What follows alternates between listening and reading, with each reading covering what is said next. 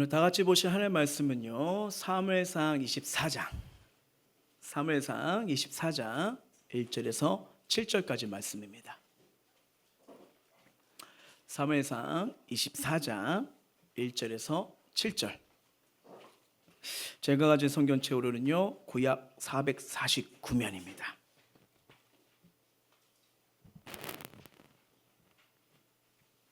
다 찾으신 줄 알고 제가 한 절, 우리 성도님들 한 절 읽도록 할게요. 사울이 블레셋 사람을 쫓다가 돌아오매 어떤 사람이 그에게 말하여 이르되 보소서 다윗이 엔게디 광야에 있더이다 하니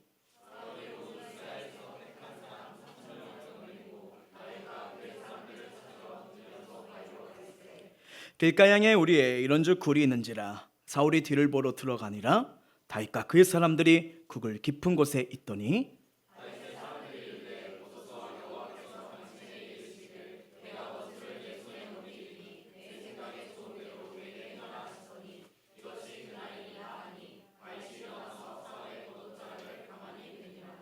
그리한 후에 사울의 옷자락 뱀으로 말미암아 다윗의 마음이 찔려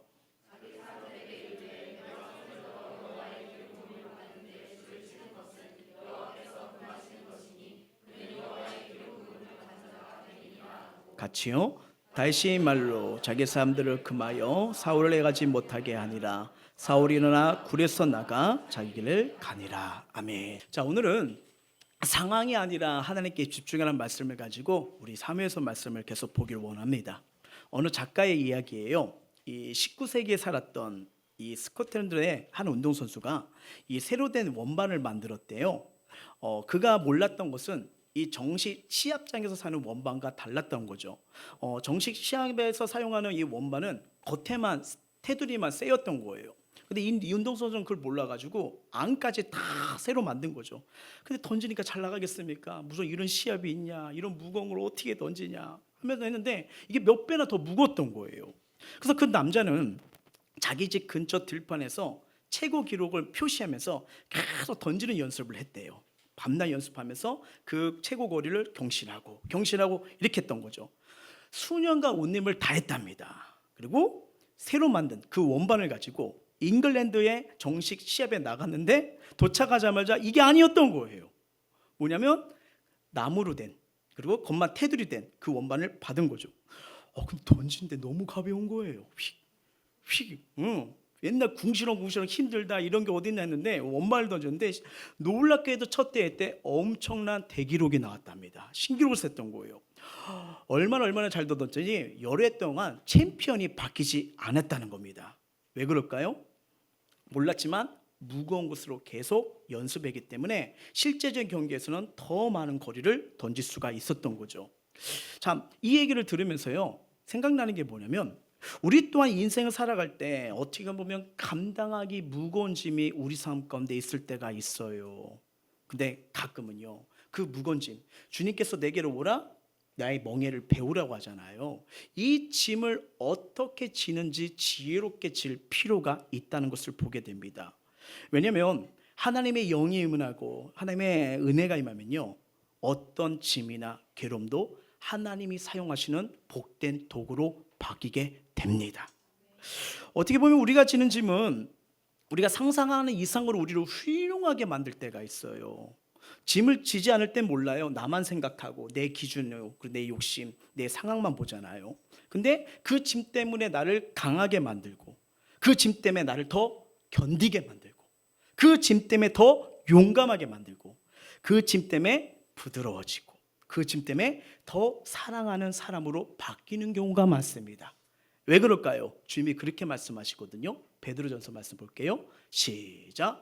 모든 은혜의 하나님 곧 그리스도 안에서 너희를 부르사 자기의 영원한 영광에 들어가시니가 잠깐 고난을 당한 너희를 친히 온전하게 하시며 굳건하게 하시며 강하게 하시며 너를 견고하게 하시리라. 아멘. 하나님 우리를 이끌어 가시는 데는 뭐예요? 선한 목적이 있습니다. 물론 하나님께서 우리를 혹독하게 훈련할 때가 있어요. 너무 힘든 여정, 괴로운 과정 가면 솔직히 말해서 하나님 섭섭하지 않습니까? 저는 그냥 이대로 살고 싶은데 제가 뭘 잘못했다고 언제까지 이런 훈련을 걸어갑니까? 그리고 너무 매정하게 느껴질 때도 있고, 누구는 기도응답 잘 들어주시는 것 같고 나는 여전히 그 기도점에 매 있는 것 같아서 나를 덜 사랑하시나 막 섭섭할 때도 있어요. 그렇죠? 그리고 이렇게 정말 하나님이 살아계시면 이렇게 나를 가만히 내버려두는 게 맞나 라고 하면서 그런 마음에 오해가 들 때도 있습니다. 근데 왜 그럼에도 하나님 우리를 혹독하게 훈련시킨 이유가 뭘까요?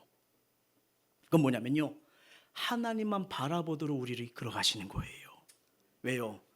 하나님을 바라봐야 축복이 임하기 때문입니다. 그리고 하나님을 바라보는 것이 이 신앙의 본질이고요, 그 하나님 바라보고 살아갈 때 우리는 사망의 길로 빠지지 않습니다. 마찬가지로 우리의 신앙 여정이 그래요. 여러분, 우리가 이 사무엘서를 통해서 오해하지 말아야 할 영적 진리가 있습니다. 알다시피 다윗이 나와요. 그리고 다윗을 돕는 자가 400명이었다가 이제 몇 명이 모이죠? 600명으로 모이는 것을 우리가 말씀을 보지 않습니까? 근데 여러분, 우리가 다윗의 무너짐을 계속 봤어요. 뭘까요? 대단한 사람이 아니에요. 연약한 사람이에요.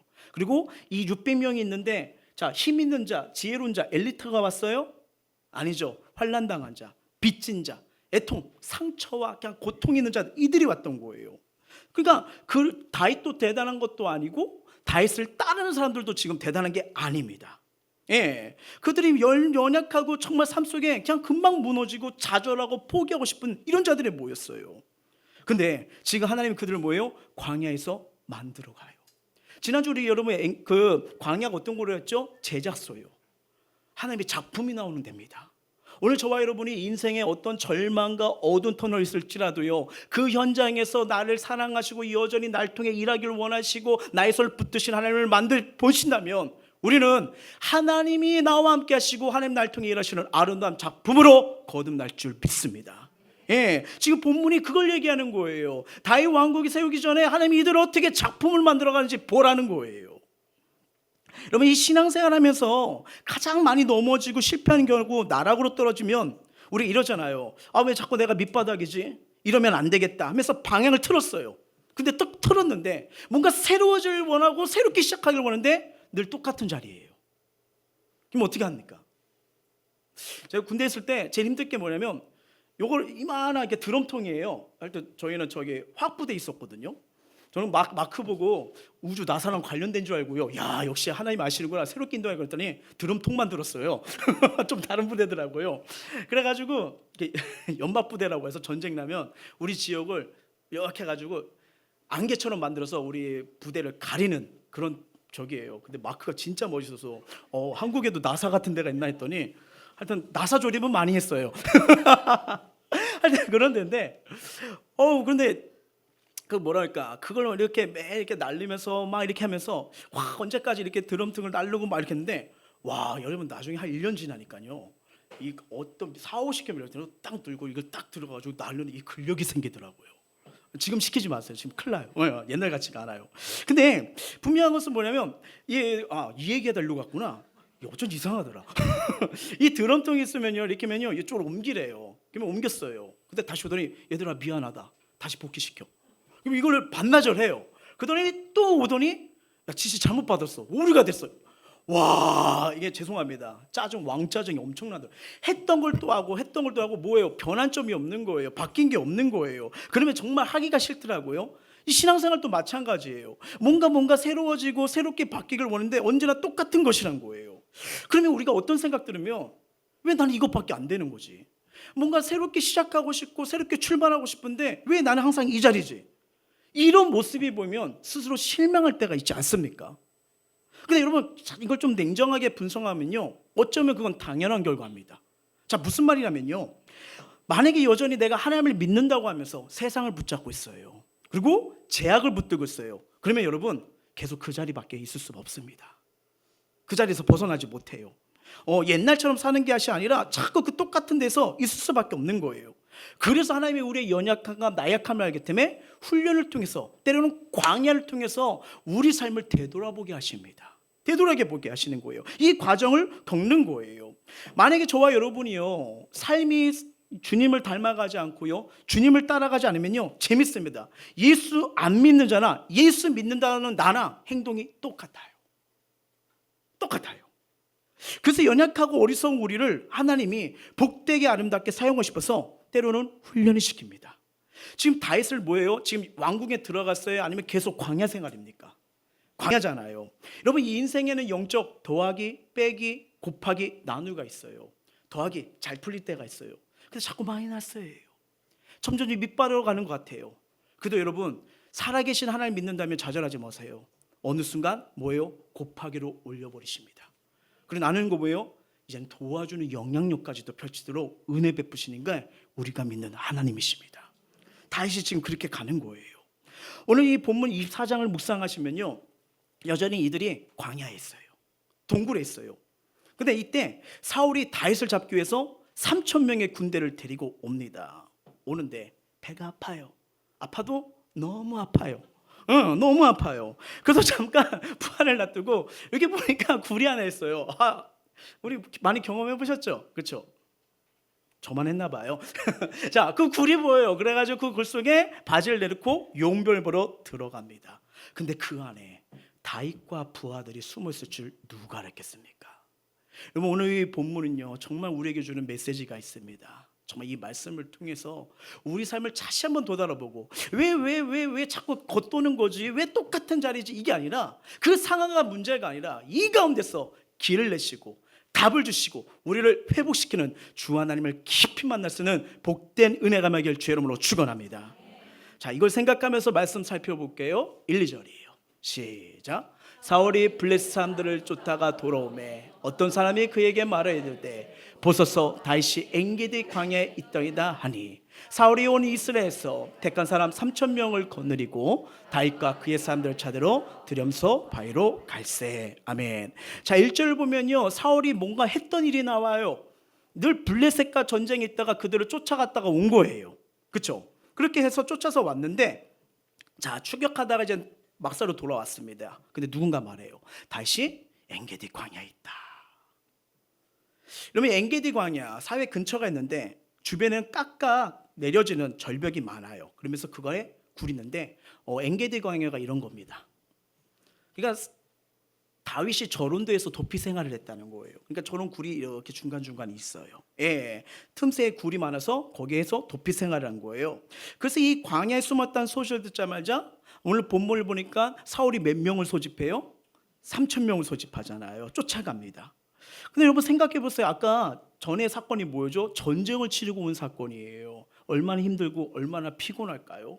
근데 뭔가 이 사울은요, 정말 그 군대를 하나님 나라를 위해서 하나님이 세우신 대로 부르신 대로 이끌어가야 되는데, 알다시피 그 안에는 광기가 있어요. 악신이 있어요. 자꾸 개인적인 삶, 개인적인 욕심으로 살아가는 것에서 하나님 주신 이 사명과 부르심을 다 놓치니까 광기에 잡혀갑니다. 그러니까 자기의 개인적인 감정과 복수에 휘둘려서 다윗을 잡으러 어떻게 해요? 피곤한 병사들을 또 데리고 가는 거예요.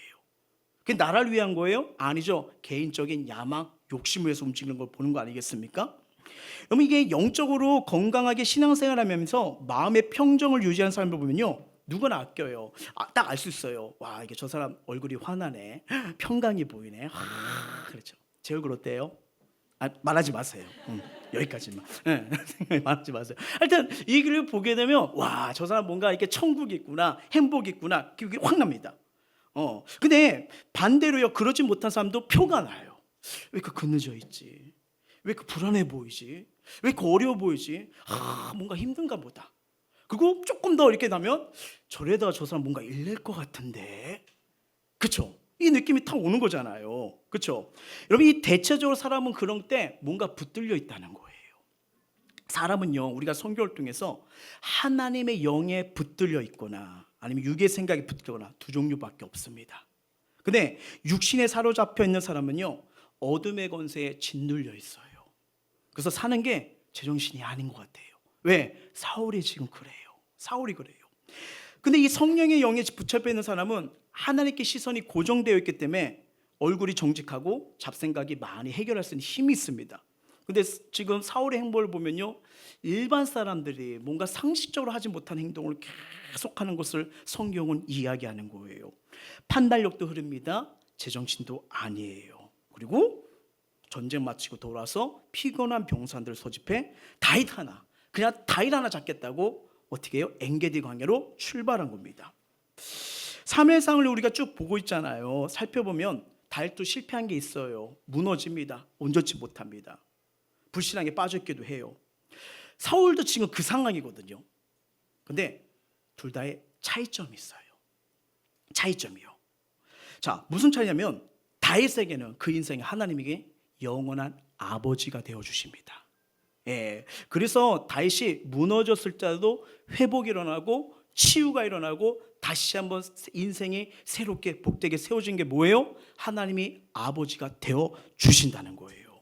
이걸 보게 되는 겁니다. 자, 3절 한번 볼까요? 시작. 길가 양에 우리의 이른즉 굴이 있는지라 사울이 뒤를 보러 들어가니라 다윗과 그의 사람들이 굴 깊은 곳에 있더니. 자, 인가에서 먼 곳에 가니까 뭐가 있대요? 양의 우리가 있대요. 그러니까 양들을 이렇게 멀리까지 데리고 왔다가 돌아가야 되는데 너무 멀면 밤이라 돌아가지 못하고 또 늑대의 위험이 있기 때문에 양과 우리를 만듭니다. 여기서 자고 가는 거예요. 쉬고 가는 거예요. 예. 평소에는 그래서 사람들이 없어요. 이해되시죠? 없는 게예요. 근데 이 사울이 아까 말씀드린 것처럼 뭐예요? 생리현상이 온 겁니다. 그래서 굴이 보일 때, 그러니까 이거 부하들 있고 사람들인데 아무리 급해도 사람들 앞에 살 수 없잖아요. 그래서 이제 굴로 가요. 그래서 여기 보니까 뒤를 보러 들어갔다. 사울이 뒤를 보러 들어갔다. 원문으로 보면요, 발을 가리어 들어갔다 뜻입니다. 발을 가리어 들어갔다. 무슨 말이에요? 용변을 보려면 옷을 내려야죠. 안 내리세요? 내리잖아요. 그걸 얘기하는 거예요. 내리는 거예요. 그러니까 자연이 뭐예요? 내리니까 발이 가려지잖아요. 자, 사울이 근데 어떻게 들어갑니까? 혼자 들어갑니다. 그렇죠? 혼자 들어가요. 그래서 아무 굴이 없는 줄 알고 그냥 시원하게 이제 천둥번개가 치는 거죠. 그렇죠? 하는데. 근데 여러분, 이게 옷을 내렸다는 건 뭐예요? 무기와 갑옷도 내려놓았다는 겁니다. 근데 이 안에 누가 있어요? 다윗이 있는 거예요. 다윗이 있는 거예요. 그의 부하들이 숨어 있습니다. 참 재밌죠? 누가 다윗을 잡으러 가요? 사울이잖아요. 근데 자기도 모르게 다윗의 손에게 잡히는 이 상황이 역전되는 아이러니한 상황이 본문에 벌어진 거예요. 자, 이게 중요합니다. 여러분, 사무엘서 전체 숲을 보게 되면요, 뭘 말하는 거예요?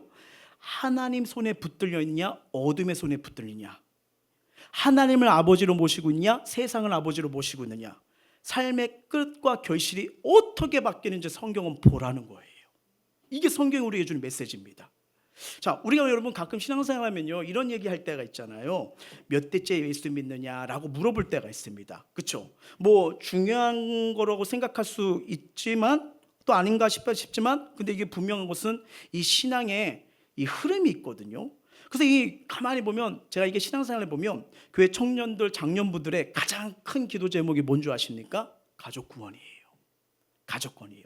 부모를 위해서, 자녀들을 위해서 이 구원의 기도가 참 맞는 걸 보게 됩니다. 참 가끔 그 기도 제목을 보면서요, 야, 홀로 가정에서 이 신앙생활을 한다는 게 얼마나 힘들고 외로울까 생각하며 마음이 안쓰럽기도 하고 아플 때가 있습니다. 왜냐면 이건 겪지 않으면요, 이 괴로움을 잘 알지 못하기 때문이죠. 여러분, 태어날 때부터 사돈에서 팔촌까지 예수 안 믿는 사람이 없고 집안에 목사만 몇 명 있고요. 완전 문화가 달라요. 그러다가 추석 때 모였네? 예배 드릴까? 좋죠. 이게 나옵니다. 이게 좋아요. 예, 성경 읽고. 저는 이렇게 가끔 이렇게 부모님 뵙고 형님들 보면, 저희 형님들 뭐 이렇게 친척들 보면 다 목사 가정이거든요. 그러면 요번에도 그 일 있어가지고 한번 가서 만났거든데, 카페 가서 뭐냐면 큐티 했어요. 왜냐면 이제 형님들이니까 우리 큐티나 할까요? 그러면서 이렇게, 이게 됩니다. 이게 마음, 이게 문화인 거예요. 근데 이게 자연스러웠지 아무렇지도 않은 거예요. 근데 이게 집안이 다 예수 믿는 것과 아닌 것은 분명히 차이가 있습니다.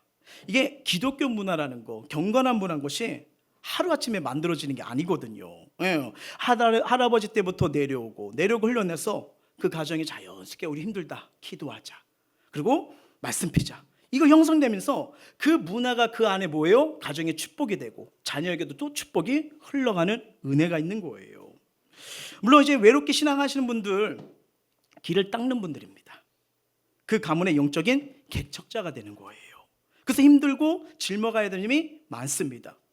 어떻게 보면 다윗, 그 사울과 지금 똑같이 무너진 상황, 어려운 상황, 좀 약간 삶이 패턴이 엇나가는 이런 연약함이 있었잖아요. 근데 다윗이 실수를 해요. 근데도 이 다윗은 뭐예요? 주께 돌아옵니다. 회개하면서 돌아옵니다. 삶의 열매가 달라요. 왜 그럴까요? 기도의 동역자들이 많아요. 기도의 동역자만이요. 그래서 제가 우리 성도들한테 내가 힘들고 어려울 때 왜 기도 요청, 중보 기도의 요청, 삶의 기도 요청 하냐면요, 내가 지쳤을 때, 무너질 때, 여러분 신앙생활은 나 혼자 죄송합니다 못합니다. 저도 무너져요. 근데 중보 기도자가 많습니다. 왜 여러분 왜 셀 예배 때 기도 제목을 꼭 나누라는 게 뭐냐면요, 중보 기도예요. 그 기도 때문에 저와 여러분이 살아나는 거예요. 그 기도 때문에 다시 열매가 맺는 거예요. 그 기도 때문에 다시 회복이 일어나는 거예요. 그런 겁니다. 예. 그래서 이 가정의 기도의 제목과 경고 문화가 그렇게 중요한 거예요. 물론 지금 나홀로 가정에 개척자분들이 있을 거예요. 그분들 가정을 위해 그리고 함께 기도할 기도의 동지를 계속 모이시길 주의 이름으로 축원합니다. 때로는 힘들고 어렵지만 아니요, 하나님 그 기도 들으십니다. 그 기도 받으시고요, 그 가정, 그 홀로 신앙생활 그분을 통해서 믿음의 가정을 세워주는 열매의 축복을 반드시 보게 될 줄 믿습니다. 그렇게 시작되는 거예요. 근데 여기서 끝나지 않습니다. 우리 뭐 3대자야 5대자야 6대자라 좋죠. 하지만 그럼에도 불구하고 남편이나 아내나 자녀들이 신앙의 길에서 벗어나는 경우가 많아요. 그럼 가만히 있으면 돌아오는 게 아닙니다. 기도하실 때예요. 기도할 때입니다. 다시 은혜의 울타리 안으로, 사랑의 안으로 들어와야지 악한 영과 세상 영혼이 빼앗기지 않도록 간절히 기도하셔야 됩니다. 왜냐하면 성경은 이게 있거든요. 내가 믿는 얘기 아니라 본인이 예수를 영접해야 돼요. 왜냐하면 이삭에게도 이상이 아니라 이삭에게도 발음이 안 돼. 이삭에게도 에서와 누가 있었습니까? 야곱이 있었잖아요. 근데 똑같이 배에서 나왔지만 한 명은 세상으로 가잖아요. 한 명은 어떻게 해요? 그리스도의 계보로 들어오잖아요. 그래서 우리가 믿는 가정일지라도 주님 울타리에서 나간 자 있다면 눈물로 기도하셔야 됩니다. 그러면 돌아옵니다. 주의 품에 안깁니다. 다윗이 지금 사울에게 잡힐 것 같고 잡히는데 잡혀 안 잡혀요? 안 잡혀요. 왜요? 하나님 손이 붙들고 계시잖아요. 하나님 보호하고 계시잖아요. 예, 지금 다윗은 저런 상황인 거예요. 하지만 지금 사울은 뭡니까? 어둠에 붙들려 있습니다. 어둠에 붙들려 있으니까, 권세 눌려 있으니까요, 지금 뭐예요? 그는 삶의 문제에 매여 있어요. 하지만 다윗은 뭐예요? 오늘 본문의 핵심입니다. 삶의 문제에 매이진 않아요. 위기인데도 지금 뭐예요? 자유를 누립니다. 자유를 누린 거예요. 여러분, 인생의 문제, 출발점, 해결점은요, 전능하신 하나님께 집중하셔야 됩니다. 여기서 달라지는 거예요. 이건 우리 신앙생활의 정말 중요한 기본입니다. 승패는요, 어느 진영 아래에 있는지에 따라 결정됩니다. 이 어둠의 세력의 진영 아래에 있는 자는요, 절대로 하나님 진영 아래에 있는 사람을 이기지 못합니다. 그러면 신앙의 근본적인 출발이 여기서 시작되는 거예요. 한번 보세요. 다윗과 사울의 첫 만남이 뭐예요? 골리앗 전투잖아요. 골리앗 전투. 다윗은 이 골리앗을 딱 보고 막 크기 앞에서 벌벌 따고는 이 사울과 이스라엘 모습과 대조를 이루잖아요. 뭐라고 합니까? 이 할례 없는 하나님의 은혜와 하나님이 없는 이 백성이 왜 떠났냐? 근데 저런 자가 지금 우리를 나라를 욕하냐? 하나님 대군을 욕하냐? 그러면서 뭘로 나갑니까? 만군의 여호와 이름으로 나가잖아요. 너는 칼과 창과 방패로 나와, 난 만군의 여호와 이름 나갈게. 누가 승리하죠? 다윗이 승리해버리잖아요. 문제를 본 게 아니에요. 나와 함께 하신 하나님이 지금 나와 함께 하시느냐? 다윗은 그것만 봤습니다. 상황에 빠진 게 아니에요. 지금 하나님이 나를 인도하고 계시냐? 여길 본 거예요. 근데 사울은요, 어둠의 지배하에 있었잖아요. 그러니까 뭘 봐요? 하나님이 안 보여요. 골리앗만 보입니다. 오, 정말 커. 무기 칼 봐, 이따만해. 저 한 대 맞으면 우리 큰일 나. 머리통 깨져. 다 끝나. 그러니까 어떻게 해요? 메뚜기에다 벌벌해서 간담이 녹더라. 아무것도 못하잖아요. 아무것도 못하잖아요. 그래서 여러분, 우리 삶 속의 문제는요, 상황이 이렇다, 환경이 이렇다, 내 처지가 있다, 이게 아니에요. 내가 하나님께 집중하고 있느냐, 여기서 달라집니다. 이게 중요한 신뢰이자 하나님 모신 자의 삶이에요. 지금 다윗의 그것이 회복됐잖아요. 지난주 우리가 말씀 받잖아요. 다윗이 한 게 뭐예요? 여호와께 묻자오되. 그냥 물은 거예요. 하나님, 이때 어떻게 해요? 어떻게 나가면 될까요? 하나님, 이거 어떻게 출발했나? 이거예요. 어렵지가 않잖아요. 그냥 내 삶에 있는 이 상황에서 제가 어떻게 하면 될까요? 여기서부터 시작된 거예요. 예, 이게 하나님 모신 자의 삶입니다. 여러분, 우리가요, 하나님을, 아버지를 찬양하고 그분께 집중하며 부르짖고 기도하면요, 그때부터 내 문제가 안 됩니다. 하나님께 맡기게 되고 하나님의 도우심을 보게 되고 하나님의 일하심을 보게 되는 통로가, 하나님을 바라볼 때 이 역사가 일어날 줄 믿습니다. 지금 재밌는 거 보잖아요. 여러분 지금 사울과 다윗이 따로따로 있어요? 아니면 한 굴에 있어요? 한 굴에 있잖아요. 왜 성경이 이걸 보여주는 의도가 있는 거예요. 자, 똑같이 어둠 속에 있어요. 근데 사울은 어둠 속에서 다윗을 봅니까? 못 봅니까? 못 봐요. 왜? 자기 상황에 집중하고 있죠. 다윗은 똑같이 어둠 굴에 있습니다. 사울을 봅니다. 정확히 봅니다. 이게 깨어있는 자들의 특징이에요. 똑같이 어둠에 있지만 하나님의 일하심을 보고요. 똑같이 어둠에 있지만 하나님이 보이지가 않아요. 그냥 자기 상황 문제만 파묻혀 있는 거예요. 자, 이때 이런 상황이 지금 벌어진 거예요. 자, 그때 함께 했던 다윗과 그 옆에 있던 사람들이 이야기를 합니다. 자, 4절이에요. 시작. 다윗의 사람들이 이르되 보소서 여호와께서 당신에게 이르시기를 내가 원수를 내 손에 넘기리니 내 생각에 좋은 대로 그에게 행하리라 하시더니 이것이 그날이다 하니 다윗이 일어나서 사울의 겉옷자락을 가만히 베니라. 아멘. 자, 사울과 다시 한 굴 속에 있었잖아요. 근데 이제 참모들이 뭐라고 합니까? 하나님이 드디어 원수를 당신의 손에 맡겼습니다. 넘기는 날이 바로 오늘입니다 라고 얘기를 해요. 저 당신을 죽이려는 저 사울만 처단하면 당신의 고통, 아픔, 쓴풀이 이제 해결돼요. 이보다 더 좋을 길은 없어요. 이 얘기를 하는 거예요. 또 한 줄 요약할까요? 지금이 죽일 기회입니다. 죽이세요 말하는 거예요. 근데 다윗은 여기서 뭘 하죠? 옷자락만 뱁니다. 여러분 이 옷자락을 베었다는 거 보면 이미 당신은 죽었습니다를 암시하는 거예요. 그렇죠? 그런 사형 선고를 내리는 그런 모습입니다. 근데 희한하죠. 되게 중요한 기회잖아요. 원수가 나를 죽이러 이렇게 다니고 날 괴롭히던 자가 이렇게 왔는데 지금 내가 그 사람을 한 번에 죽이고 역전 모든 상황을 이제 엎을 수 있는 바꿀 수 있는 기회가 온 거잖아요. 근데 죽이지 않고 옷자락만 뱉대요. 이게 뭘 의미하는 걸까요? 여러분 우리가 이 성경을 가만히 보시면요, 우리 상황의 결정의 순간에 이 삶의 지혜가 얼마나 필요한지, 분별함이 얼마나 푼지를 보여주는 거예요.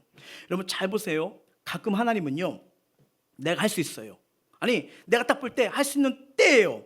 근데 하나님 뭐예요? 스톱, 하지 마라고 말씀하실 때가 있습니다. 이해되십니까? 자, 반대로요. 이거 내가 할 수 없는데, 아니 내가 봐도 내가 할 수 없는 때인데 하는데 하나님은 해봐, 가봐, 순종해봐 이렇게 말할 때가 있어요.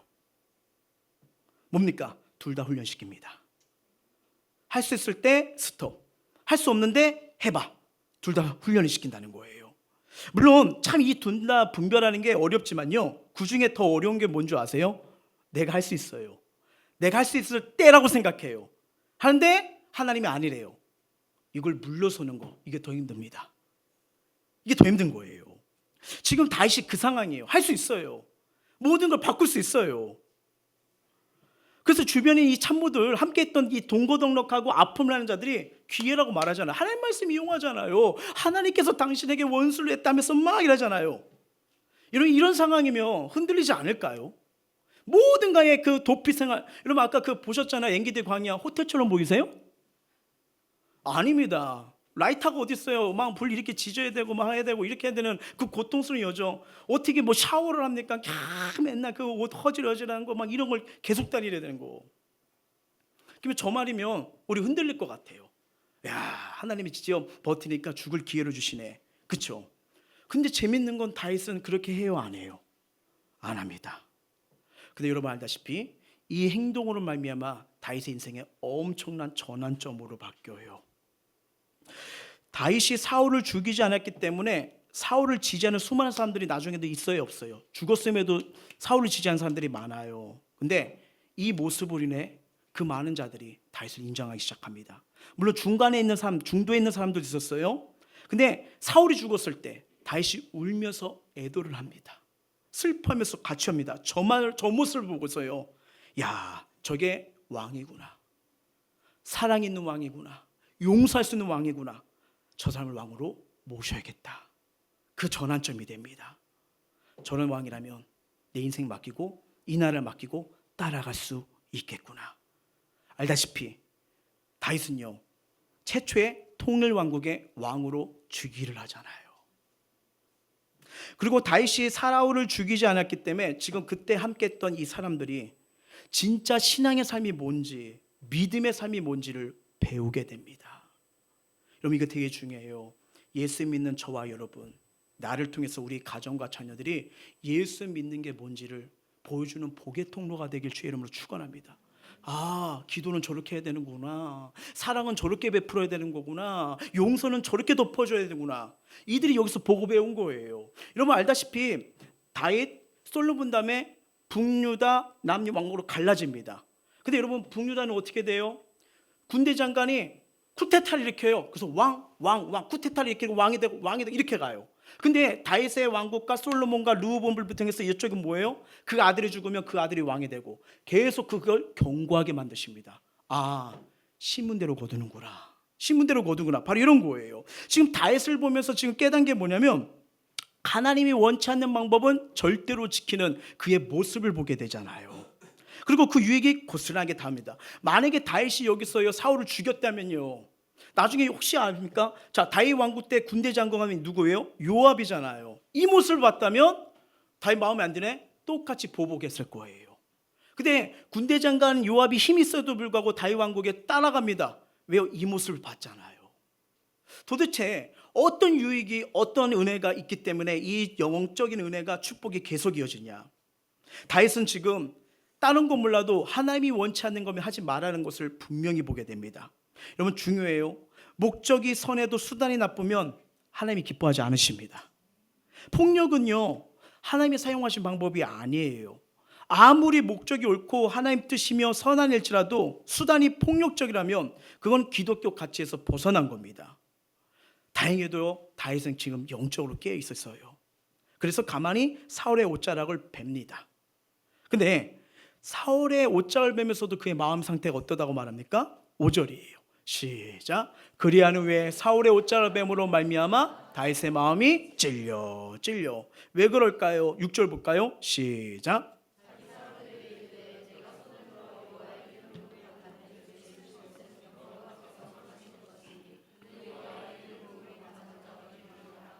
자, 여기서 다윗의 아주 섬세하게 하나님의 뜻을 찾는 것을 보게 됩니다. 그렇죠? 알다시피 아까 제가 말씀드린 내가 할 수 있고 할 수 있는 때에 내 힘을 참는 게 힘들어요. 다윗은 그런 상황이었거든요. 칼만 휘두르면 사울 모가지 날아갑니다. 바로 뒤에서 있는데 사울은 지금 자기 용변에만 집중하고 있잖아요. 근데 자신의 힘과 방법을 쓸 수 있는데 칼을 휘두르질 않습니다. 왜요? 하나님이 사울에게 기름 부으신 하나님의 주권을 인정했기 때문이에요. 여러분 하나님을 인정하는 이 다윗, 하나님이 지금 모든 상황을 하나님께 주권을 두는 그의 모습을 보잖아요. 인간적이면 지금입니다. 죽여야 됩니다 하는데 뭐예요? 아니야. 이건 하나님이 원하시는 방법이 아니야. 보통 사람들은 아주 작은 것만 가지고 생각하기 때문에 주변의 말에, 사람들의 말에 흔들릴 수 있습니다. 근데 믿음의 사람들은요, 하나님의 말씀으로 중요한 것을 분별하고 결정을 하게 됩니다. 이것이 자신에게 유익이냐 아니냐, 이것보다요 여겨요. 이것이 하나님이 기뻐하시냐 기뻐하지 않느냐, 이게 선한 것이냐 죄냐, 이걸 먼저 생각하는 게 믿음의 사람들입니다.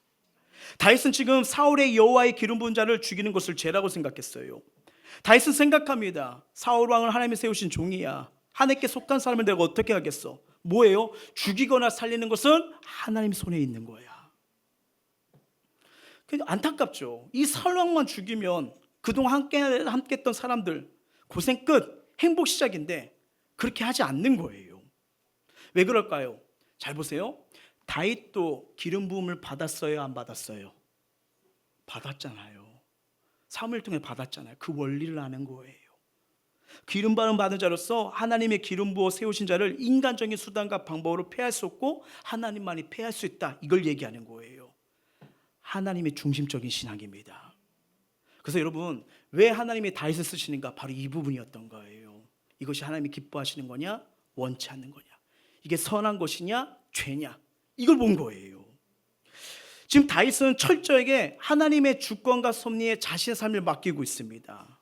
뭐예요? 내 인생 내 마음대로 내 계획대로 만들어가지 않을 거야. 제가 신앙인들 보면서 제일 많이 실패한 게 뭐냐면 어느 순간 내 힘으로 되네, 내 계획대로 가다가 이제 한계를 부딪힙니다. 한계를 부딪혀요. 그래서 한계를 부딪힌 분들이 하는 게 뭐냐면 그 말씀을 많이 말씀하시더라고요. 사람이 자기 길을 계획할지라도 그거를 인도하신 분은 여호와 하나님이 도우셔야 됩니다. 하나님 인도해 주셔야 되는 거예요. 네, 그거라는 거예요. 여러분, 물론 우리는 무엇이든 다 할 수 있습니다.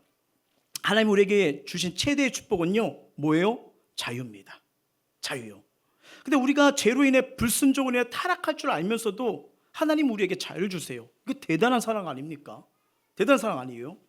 근데 내 마음대로 말하고 행동하는 거, 때로 이게 궁극적으로 유익이 되지 않는 걸 우리가 경험하잖아요. 여러분, 다윗이 사울을 보면서 무슨 생각을 했을까요? 다윗을 죽이려고 대군이 이끌고 온 사람인데 지금 그 사람이 자기 손 안에 있는 거예요. 자기 손에 있는 거예요. 뭘 느꼈을까요? 저 말이 왜 났을까요? 야, 내가 쫓긴다고 해서 완전히 도간에 든 쥐가 아니구나. 이 일은 하나님 손에 있구나. 어라? 하나님이 나를 보호하시니까 대적에서도 나를 보호하시는구나. 이걸 체험한 거예요. 이걸 경험한 거예요. 여러분, 이 광야 생활의 이 체험은요, 다윗이 왕국을 이끌어갈 때 커다란 유익을 줍니다. 알다시피 다윗은 여러분 그의 왕권에 의지하지 않아요. 사울은 그 왕권에 아예 몰입해서 하나님의 은총을 잃어버렸잖아요. 자, 세상이 주는 권세와 능력과 부귀영에 자기 인생을 걸지 않고 인생을 결정하는 것 잣대가 하나님의 뜻이구나. 그러니까 다윗 왕권이 견고하게 세워져 가는 겁니다. 견고하게 세워져 가는 거예요. 반면 사울은 어떻게 해요? 하나님 왕권을 주어졌잖아요. 자기 마음대로 사용합니다. 자기 마음대로요. 하나님의 명령과 상관없이 내가 죽일 수 있으니까 죽이고 살릴 수 있으니까 살리고, 그러면서 온 거예요. 그래서 하나님이 소와 양을 다 죽이라고 해도 자기 뜻대로 뭐예요? 제사를 드리겠다고, 좋은 건 남겨두겠다고 끌고 와주잖아요. 근데 하나님 뭐예요? 순종이 제사보다 낫다. 그 말씀을 따르고 있는가, 이걸 보시잖아요. 근데 다윗이 얼마나 이 작은 부분에서 회복되면서 하나님 뜻을 묻는지 우리가 보게 되잖아요. 자, 8절 한번 볼게요. 시작. 그 후에 다윗도 일어나 굴에서 나가 사울에 대해서 외쳐 이르되 내 주 왕이여 하며 사울이 돌아보는지라 다윗이 땅에 엎드려 절하고. 자, 사울이 용변을 마치고요, 이게 나오는데 옷이 베어진지도 몰라요. 그렇죠? 몰라요. 왜냐면 이제 속이 편하잖아요. 내일 집중하고 내가 원한이 이제 해결됐으니까 속이 편히 났어요. 근데 이 사이에 얼마나 자기의 생명이 오고 갔는지를 아예 모르는 거예요. 여러분, 이 사실을 놓쳐서는 안 됩니다. 이게 여러분 세상에 눌리고요, 영적인 어둠에 눌린 자들의 특징이에요. 내가 죽어 있는지 살아 있는지 어디를 향했는지 몰라요. 이게 몰라요. 그런 상태에서 다시 뭐라고 해요? 내 주 왕이 하며 소리칩니다. 그리고 뭐 어떻게 합니까? 소리치고 어떻게 해요? 엎드려 절합니다. 무슨 말이에요? 당신이 나를 헤아려 왔지만 그럼에도 저는 당신을 존중합니다. 존중합니다. 나는 당신의 원수가 아닙니다. 난 여전히 당신의 충성된 변함없는 종입니다를 말하는 거예요. 여러분, 만약에 이런 상황이 우리는 어떻게 할 거예요? 야, 사울아! 너 죽을 뻔했어. 내가 왜 막 이렇게 자랑하지 않을까요? 왜? 내 방법이 맞으니까, 속이 후련하니까 일단은 원통과 부통과 터뜨려야 되잖아요. 그런 거 아니에요? 근데 뭐예요? 왕인 동시에 하나님이 세우신 왕이란 걸 인정한다는 거예요. 여러분, 참 이 모습 보면서 왕이 되기 이전에 한 인간으로서 인격이 무르익어가는 다윗을 보게 됩니다. 내 생각, 내 마음 상태, 내가 옳다면 얼마나 광장이든 사람들 앞에서 나의 막 옳은 소리를 내고 싶은 게 우리의 욕구 아닙니까? 왜 사람들은 목적이 정의롭고 옳으면 과정을 어떻게 해도 괜찮다고 오해하고 있어요. 근데 다윗은요, 끝까지 정중함과 영적 질서를 잃어버리지 않습니다. 내 주 왕이요. 여러분, 이 소리를 들었을 때 사울의 마음은 어땠을까요? 분노하는 자잖아요. 죽이라는 자잖아요. 다윗을 완전 딱 모가지 비틀어버려가지고 아주 아작아작 씹어먹는 그런 광기가 있는 자잖아요. 근데 내가 쫓던 그 원수가 그한테 내 주왕이여 하면서 엎드립니다. 이때 사울의 마음이 어땠을까? 9절 볼까요? 시작. 다윗이 사울에게 이르되 보소서 다윗이 왕을 헤아려 한다고 하는 사람들의 말을 왕은 어찌하여 들으시나이까. 아멘. 여러분, 여기서 힌트가 나와요. 자, 사울이 다윗을 죽이려고 광기에 휩쓸려 쫓겨다닌 이유는 뭡니까? 잘못된 정보입니다. 잘못된 점이요. 여러분, 복 있는 사람은요, 눈과 귀가 복이 받습니다. 좋은 말, 믿음의 말, 하나님의 말씀을 들어요. 근데 복되지 못한 사람은요, 자꾸 악한 소리, 부정적인 소리만 듣습니다. 자기가 듣고 싶은 것만 보고 원하는 것만 보고. 근데 뭐예요? 점점 인생이 망가지는 거예요. 멸망으로 내려가는 거예요. 사람들이 그거 알고는 사울에게 그런 소리만 넣어주는 겁니다. 여러분, 아담과 하와가 왜 무너졌죠? 나에게 생명을 주고 은혜를 주는 살리는 주의 말씀을 듣는 게 아니라 나를 유혹하고 넘어뜨리는 뱀, 선악과 따봐. 네가 원하는 거 마셔. 네가 하고 싶은 대로 해. 그 소리를 들으니까 선악과를 따버렸잖아요. 그럼 행복해야죠. 근데 뭐예요? 불행해지는 거예요. 불행해진 거예요. 여러분, 저와 여러분은요, 정말 이 삶 가운데서 눈이, 귀가 복된 말씀, 복된 걸 볼 수 있도록 은혜 달라고 기도하시길 주의 이름으로 축원합니다. 왜냐하면 보는 대로 듣는 대로 사람은 따라가거든요. 안 좋은 거 선택하고 안 좋은 거 보면요, 내 인생 안 좋은 대로 갈 수밖에 없어요. 근데 좋은 걸 따라갑니다. 좋은 걸 붙들어갑니다. 좋게 변하는 거예요. 아름답게 변하는 거예요. 그래서 행함의 지혜, 생각의 지혜, 입술의 지혜 달라고 기도하시길 바랍니다. 그리고 내 눈이 복되게 하시고 듣는 얘기가 복되게 해서 이게 정말 필요한 거예요. 아브람과 조카 롯의 차이점이 뭐예요? 롯은요, 스스로 눈을 들어요. 어디로 갈까? 뭘 선택할까? 눈에 보이는 게 뭐예요? 소돔과 고모라죠. 그래서 선택합니다. 근데 아브람은요, 그때 뭘 해요? 눈을 들어 하나님을 바라본죠. 하나님을 바라봅니다. 여러분, 세상적으로 보면요, 아브람이 손해죠. 소돔과 고모라 기름지고 완전 풍족했잖아요. 근데 어떻게 됩니까? 그곳이 소돔과 고모라로 다 사라질 줄 누가 알겠습니까? 그리고 가족을 데리고 들어갔어요. 근데 안타깝게도 가족이 풍비박산 나는 걸 보게 되잖아요. 여러분, 우린 선택할 때 정말 하나님의 응답을 받고 선택하시길 바랍니다. 내가 일단 선택하고 알아서 하겠지. 일단 선택하고 보자. 이게 중요한 게 아니에요. 하나님이 기뻐하시는 건가? 하나님이 원하시는 건가? 하나님이 인도하시는 건가? 이게 중요한 거예요. 그래서 여러분, 기도할 때 우리의 모든 것이 하나님 뜻 가운데서 복되기를 기도하시길 주의 이름으로 축원합니다. 우리 가정이 하나님의 뜻이 임하는 가정이 되게 하옵소서. 우리의 직장과 학교가 하나님의 뜻이 임하게 하옵소서. 우리의 사업장이 하나님의 뜻이 임하는 사업장이 하옵소서. 그래서 하나님 기뻐하시는 걸 선택하셔야 됩니다. 왜냐하면 사울은 자꾸만 하나님께 어느 순간부터 묻지를 않아요. 그냥 자기 생각대로, 자기 기준대로, 자기 원한대로 가잖아요. 근데 중요한 것은 하나님이 기뻐하신 걸 선택하시면 하나님이 그것을 책임지십니다. 책임져 주시는 거예요. 지금 다윗이 이렇게 할 수 있는 것은 놀라운 거 뭐냐면 하나님의 때를 기다리는 그 삶이 된 겁니다. 만약에 그 결심과 그 바람이 없었다면요, 지금 어떻게 해요? 자기 혈기로 나갔겠죠. 여러분, 자기가 나서 일을 해결하는 거 다 쉬워 보입니다. 근데 이거는 속는 겁니다. 속는 거예요. 하나님의 시간과 때를 기다리러 결심하냐면요, 그 기간 동안 겪어야 될 오해, 고난, 이것을 넉넉히 감당할 영적인 맷집이 생깁니다. 만약에 여기서 하나님 시간을 때를 못 기다렸다면요, 다윗은 스스로 왕의 자리를 만들어 갔을 거예요. 근데 놀라운 건 뭐냐면요, 지금 사울 앞에 엎드리잖아요. 하나님께서 완전 상황을 역전시키는데 잘 보세요. 10절하고 11절이에요. 시작. 오늘 여호와께서 굴에서 왕을 내 손에 넘기신 것을 왕이 아셨을 것이니이다. 어떤 사람이 나를 권하여 왕을 죽이라 하였으나 내가 왕을 아껴 말하기를 난 내 손을 들어 내 주를 해하지 아니하리니 그는 여호와의 기름 부음을 받은 자이기 때문이라 하였나이다. 내 바주제여 보소서. 내 손에 있는 왕의 옷자락을 보소서. 내가 왕을 죽이지 아니하고 겉옷자락만 베었은즉 내 손에 악이나 죄가가 없는 줄 오늘 아실지니이다. 왕은 내 생명을 찾아 해를 하시나 나는 왕에게 범죄한 일이 없나이다. 아멘. 시간 속에서 하나님의 선한 방법으로 사실관계를 드러낼 때까지 다윗은 하나님 때를 기다린 거예요. 자기가 한 게 아닙니다. 하나님이 그 때를 드러내신 거예요. 뭐예요? 자기가 있으면 이긴 이겼지만 죄를 범하는 결과를 나옵니다. 사람을 살인하게 되잖아요. 근데 자연스럽게 하나님 어떻게 해요? 사회의 죄를 드러나게 하세요. 자, 우리가 여러분 사회생활을 합니다. 그리고 교회 생활을 합니다. 어디든 간에 사람들이 모이면 다 연약하고 죄인입니다. 교회 생명이 있고 구원이 있습니다. 근데 교회도 누가 와죠? 죄인들이 오시잖아요. 그렇죠? 저도 죄인, 우리 성도님들 죄인. 그렇죠? 네. 그래서 우리는 늘 은혜가 필요한 거예요. 그렇죠? 자, 그런데도 불다 보니까 이 여러 연약한 사람들이 있다 보니까 때로는 의도치 않게 억울한 소리를 들을 때가 많아요. 왜냐하면 사람들은 어떤 사건의 맥락을 고려하지 않고 남에게 들은 것만, 또 자신이 시각에서 본 것만 이야기할 때가 있습니다. 그러다 보니까 억울한 소리를 들을 때도 있고, 그것 때문에 마음이 아프고 괴로울 때도 있죠. 그러니까 막 분노가 일어나면 어떤 생각이 들어요? 똑같이 복수하고 싶은 마음이 들지 않습니까?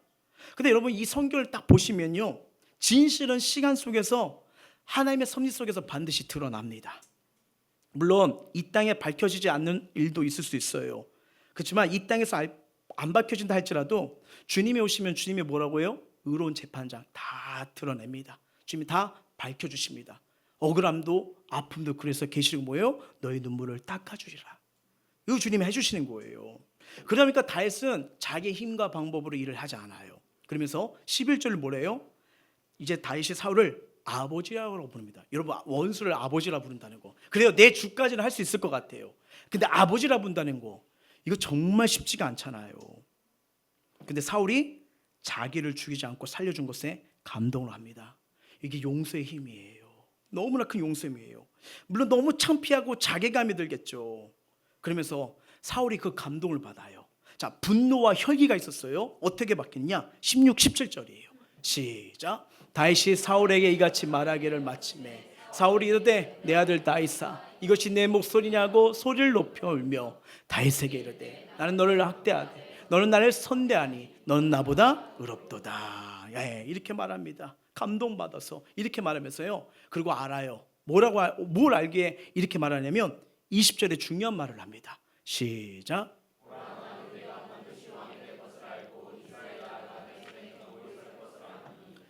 다윗을 원수로 쫓던 이 사울의 입에서요, 네가 오라, 네가 이겼어, 이 선언이 나옵니다. 그리고 알다시피 어떻게 해요? 이 예언대로 나라가 다윗에게 흘러갑니다. 자, 우리가요 이 본문 24장 말씀을 보면 여기에 하나님의 엄청난 뜻과 메시지가 있다는 것을 보게 되잖아요. 다윗은 사울을 죽일 수 있는 기회가 왔어요. 하지만 하나님의 주권과 섭리를 믿고 하나님이 기뻐하지 않기 때문에 하지 않습니다.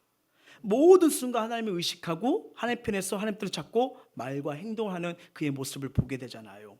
근데 반대로 사울은 뭐예요? 여전히 광기입니다. 여전히 혈기입니다. 그래서 하나님이 주신 그 힘을 자기의 방법대로 자기의 힘을 통해서 사람을 죽이는 곳에 사용되잖아요. 근데 다윗은 뭐예요? 사람을 살리잖아요. 사람을 살리잖아요. 오늘 우리는 이 사울처럼 어둠의 권세 밑에 있느냐, 주변을 죽이고 심지어는 내 영혼을 죽이고 있지는 않은지, 아니면 다윗처럼 하나님을 아버지로 삼아서 내가 살고 또 주변을 살리는 통로가 되고 있는지 돌아보라는 거예요. 하나님께 속했느냐 어둠에 속했냐, 살리느냐 죽이느냐, 여기서 결정됩니다.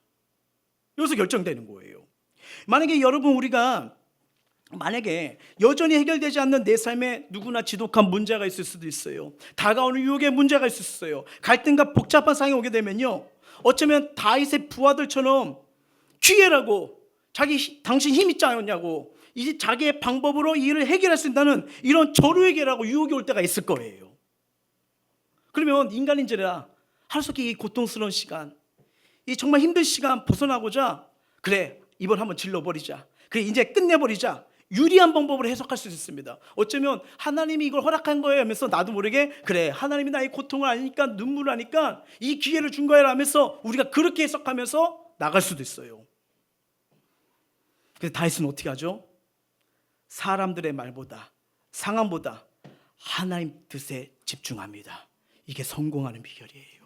예, 다윗의 인생을 보시면 오늘 본문상뿐 아니라 왕이 되었을 때도요 여러 가지를 있어요.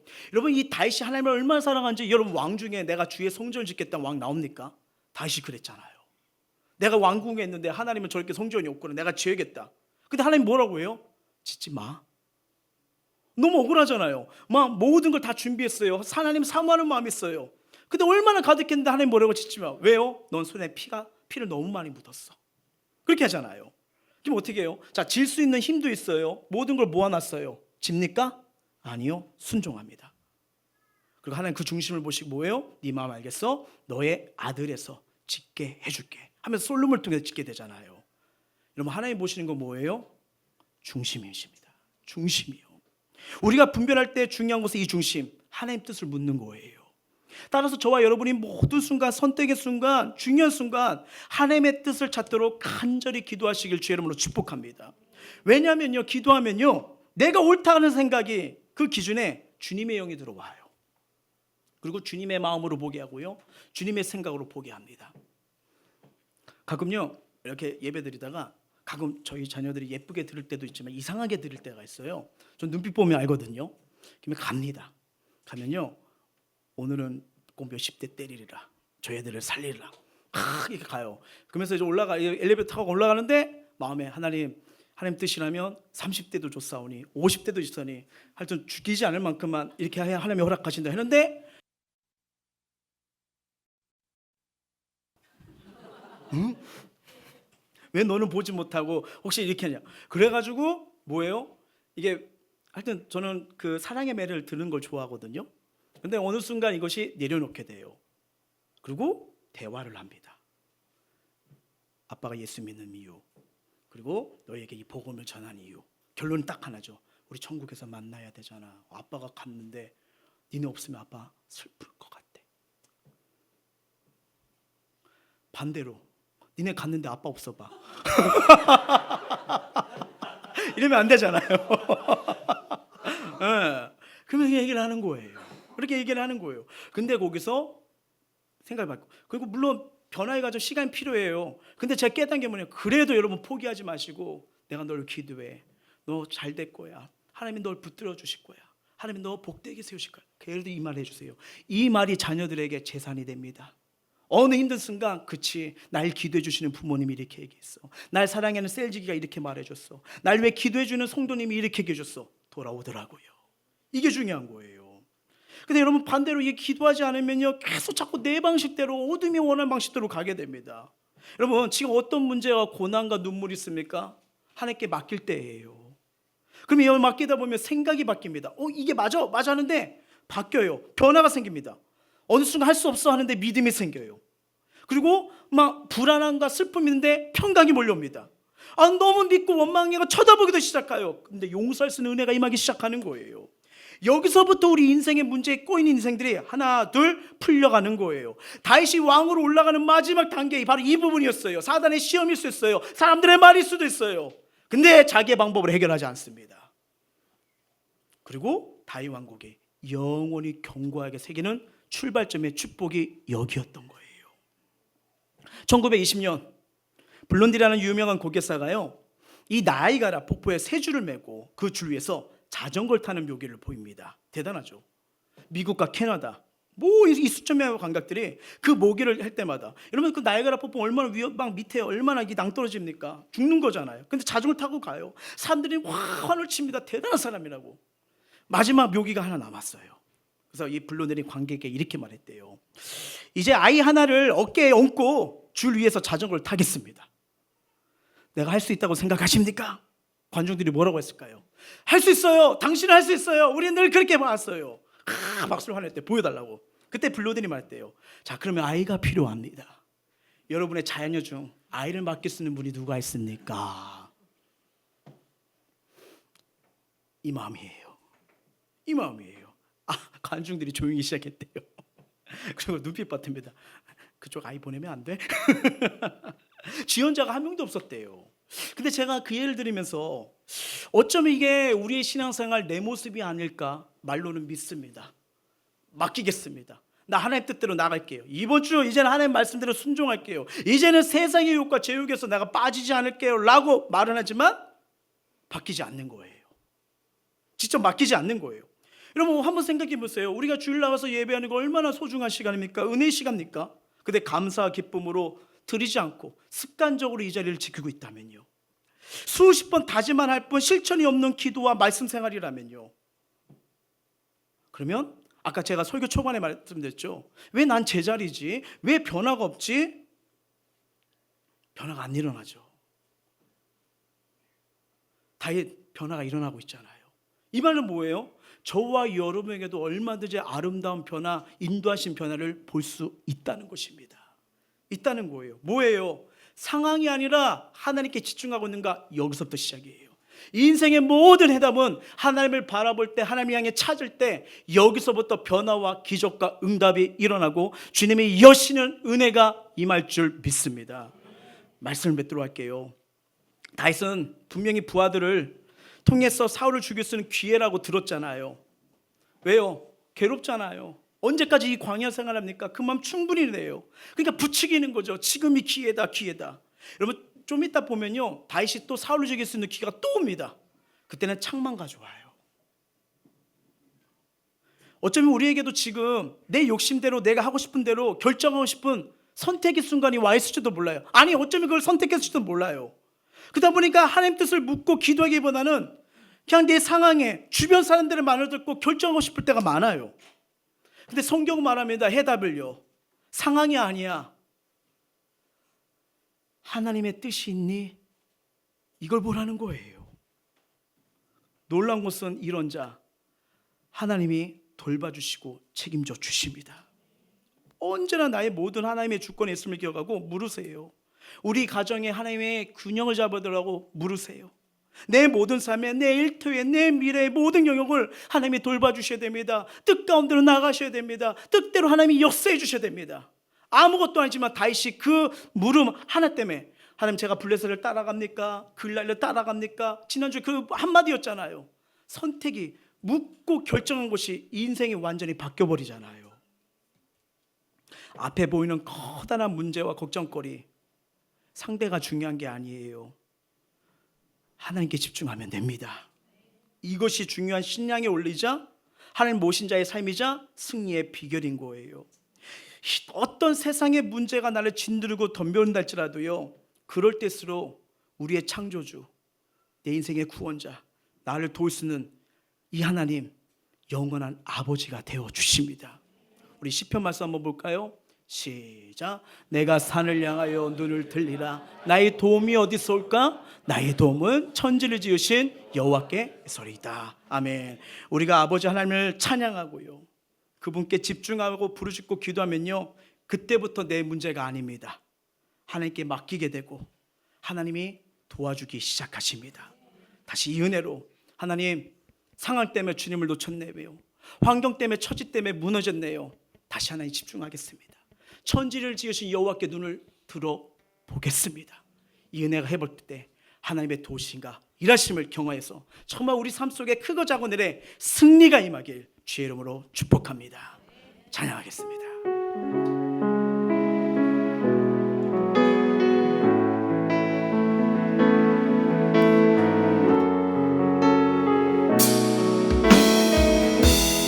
하나님은 너를 지키시는 자,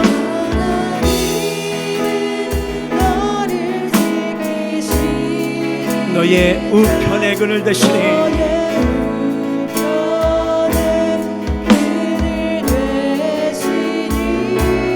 낮에 해와 밤에 너를 해치 못하니. 자, 하나님은 너를 지키시는 자, 너의 환난을 면케 하시니.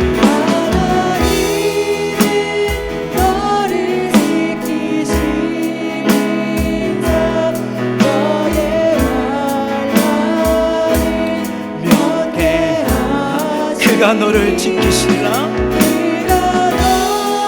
너의 출입 시작 같은 모든 부분을 지킬 수 있는 분이십니다.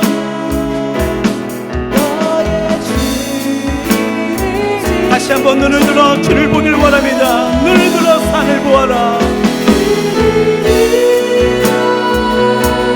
산을 보아라. 너의 도움은 어디서나 천지 지으신 너를 만드신 여호와께로다. 자, 나의 상황, 환경, 나의 처지를 내려놓습니다. 내가 눈을 들어 주를 보길 원합니다.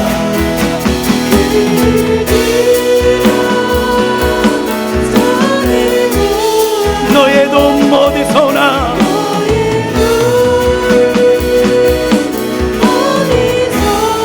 천지 지으신. 자, 우리를 만드신 하나님은 우리를 홀로 두지 않습니다.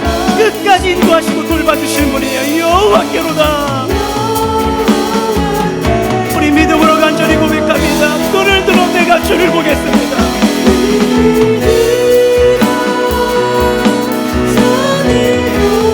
나의 도움은 주님께로부터 옵니다. 나 다시 일어나고 싶어요. 나 다시 회복하고 싶어요. 다시 믿음으로 걸어가고 싶어요.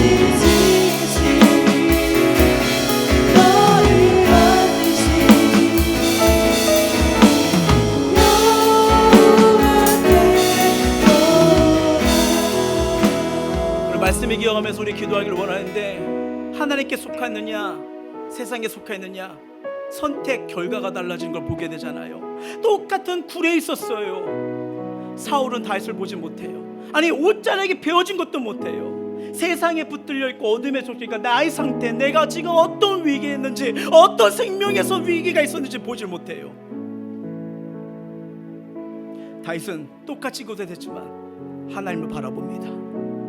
굴 속에 있었지만 자기의 힘과 능력을 사용할 수 있지만 하나님이 기뻐하신 건가 아닌가, 이게 유익인가 죄인가, 하나님 뜻을 묻고 선택하기 시작합니다. 이게 변화예요. 그 변화의 출발점이 뭐였죠? 여호와께 묻자오되. 묻기 시작했어요. 크든 작은 간에 묻기 시작했어요. 지금 내 상황이 이래, 내 환경이 이래, 내 처지, 내 모습이 이래, 어쩔 수 없어. 이게 아니에요. 이런 가운데서도 내가 하나님을 바라보고 있는가, 하나님께 집중하고 있는가, 여기서 인생의 회복과 결말이 달라지는 거예요.